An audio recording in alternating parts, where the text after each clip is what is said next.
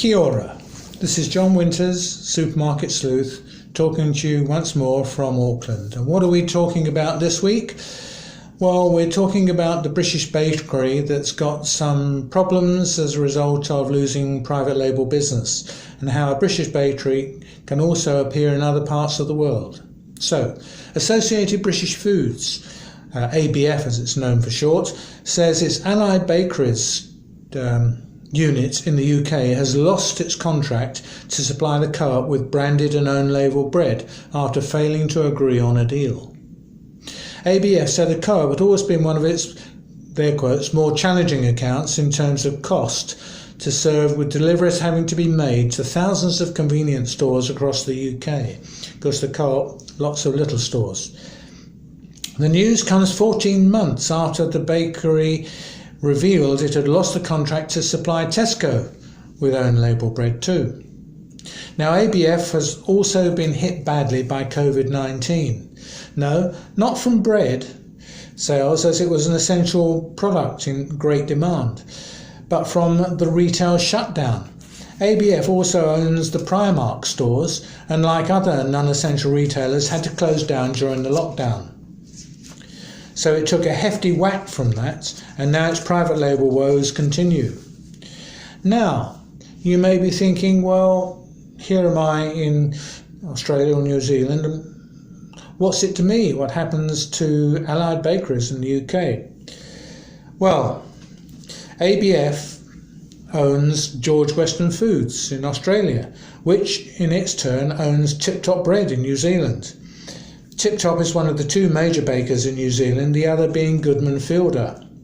These two bakers provide much of the product to be seen in the pre-packed bread aisles, with other baked goods as well from the two bakeries. Store bread is normally baked in store.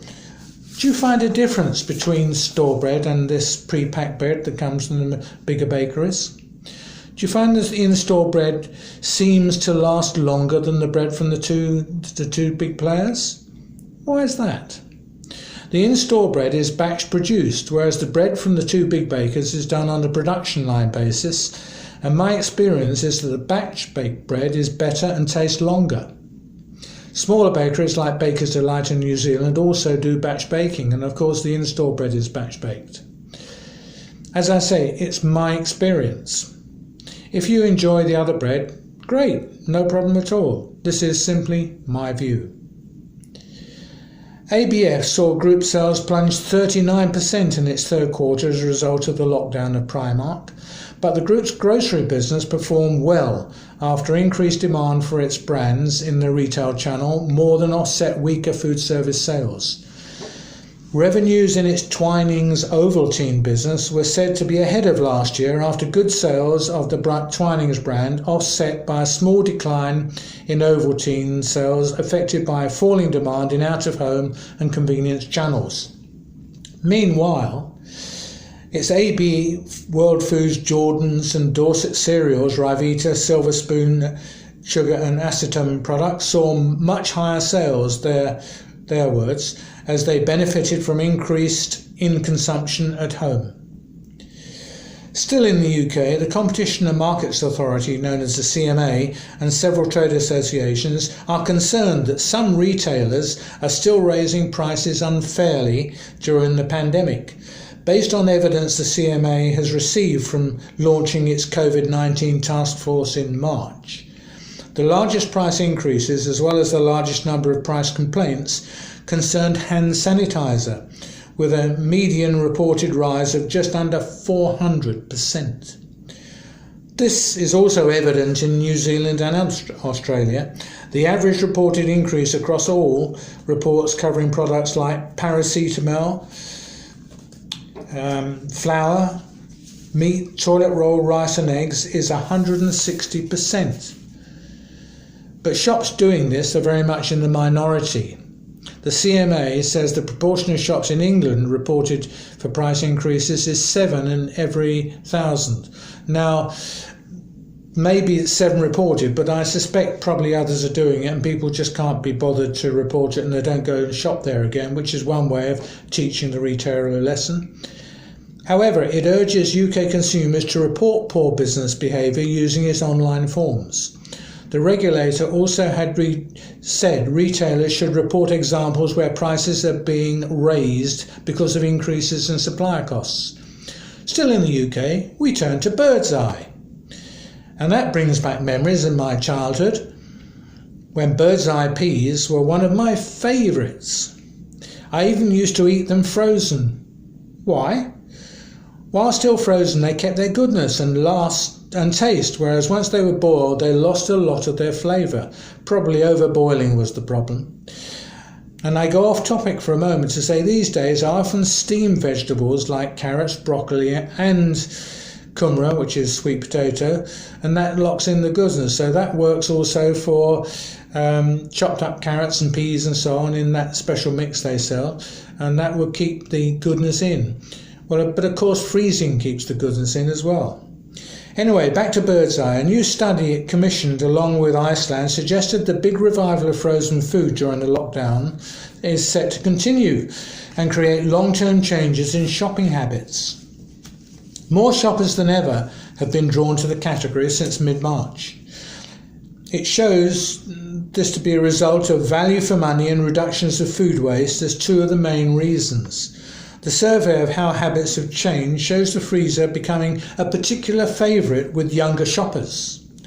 Over a quarter of 18 to 24-year-olds are buying more frozen equivalents of their regular fresh items, and almost a third are trying new frozen foods like meat substitutes.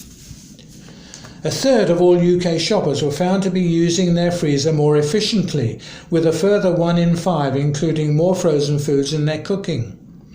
It suggested this could be a long-term trend, as almost a quarter plan to continue buying more frozen food after lockdown. The cost-saving potential was highlighted as one of the key benefits over fresh alternatives, with 1 in 5 saying frozen can be better value for money than fresh. Now we turn to the German discounters, and a week rarely goes by before we refer to either Lidl or Aldi. Aldi has been crowned Britain's favourite supermarket, beating the likes of upmarket rivals Marks and Sparks and Waitrose. Now this could hardly be said to be unexpected given the prices and quality to be found on Aldi's shelves. It took home gold for the second consecutive year as the Good Housekeeping Awards, which also named Tesco as the best online retailer. Aldi also took the honours for the favourite wine retailer and favourite premium supermarket range for its specialty selected brand. The Food Awards are in their 15th year. They celebrate the all-time favourite foodies brands and products voted by Good Housekeeping readers. The awards give customers the chance to vote for which people, products and supermarkets keep them going throughout the year. Well done, Aldi.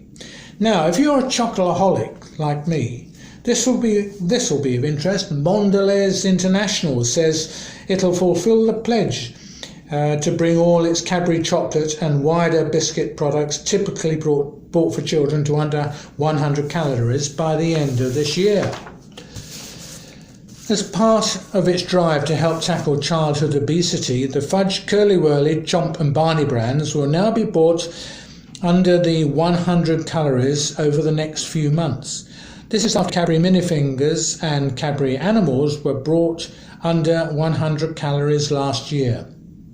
Now we move to one of my favourite hobby horses. UK wholesalers are asking manufacturers and government to help move ambient, that's a product on shelf, and frozen stock out of their warehouses. They want help to relabel products fit for consumption despite having passed their best before date, alongside guidance from government for customers on food safety. Food distributors unable to sell through stock bought before the sudden closure of the hospitality sector in March point to guidance based on EU food information regulations saying that correctly labelled products will have been correctly stored can be consumed safely long after the best before date on the packaging. Ambient products with long shelf lives include soft drinks, biscuits and cereals, canned meats, canned soup, confectionery, pasta sauces, dried pasta and jams. Items which have been stored frozen and in accordance with regulations will also be safe for months after the best before end date. It really is time that best before date was dropped. What does it mean? Use by dates are different, but many retailers make good money out of selling stock almost reaching the best before date, so that's why I suppose they're not pushing for it to be removed. How do you know as a consumer when it tastes best? You don't. So why keep that best before date on pack? Now we move to a significant development from Nestlé.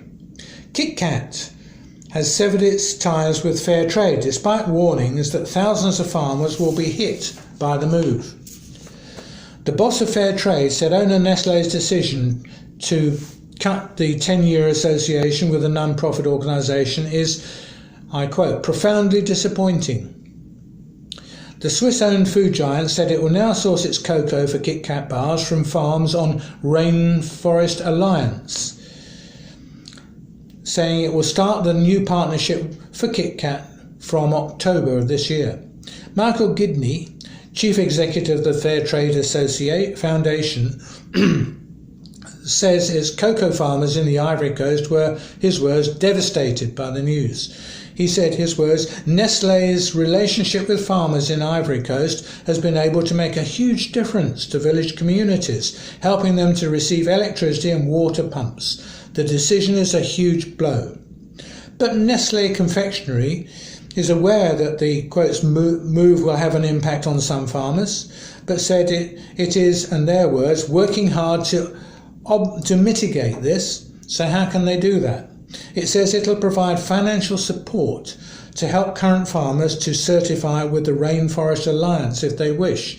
And I'm assuming on that basis, if they certify with the Rainforest Alliance, then Nestlé will be more inclined to buy again from them. So I suppose the ball's in the farmers' court. Finally this week, we turn to Australia. Metcash, according to Group CEO Jeff Adams, has delivered, his words, very admirable results in a year of, his words again, unprecedented changes. The Group's 2020 full-year results report that the company's revenue increased 2.6% to 13 billion Australian dollars, and all the other references to dollars are Australian.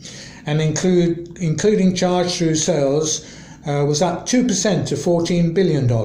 Total food sales, including charge-through sales, increased 3.5% to $9.1 billion. In supermarkets, total sales, including charge-through, increased 3.8% to $7.5 billion. Metcash says total sales for the 10 months to February, that's pre the positive benefit from COVID-19, increased 0.2%. Metcash's IGA retailer network performed well, they say, with like-for-like retail sales up 5.6%. Convenience sales increased 2% to $1.59 billion. Total liquor sales, including charge-through sales, increased 0.3% to $3.68 billion, despite being adversely impacted, as they say, by COVID-19 restrictions in March and April.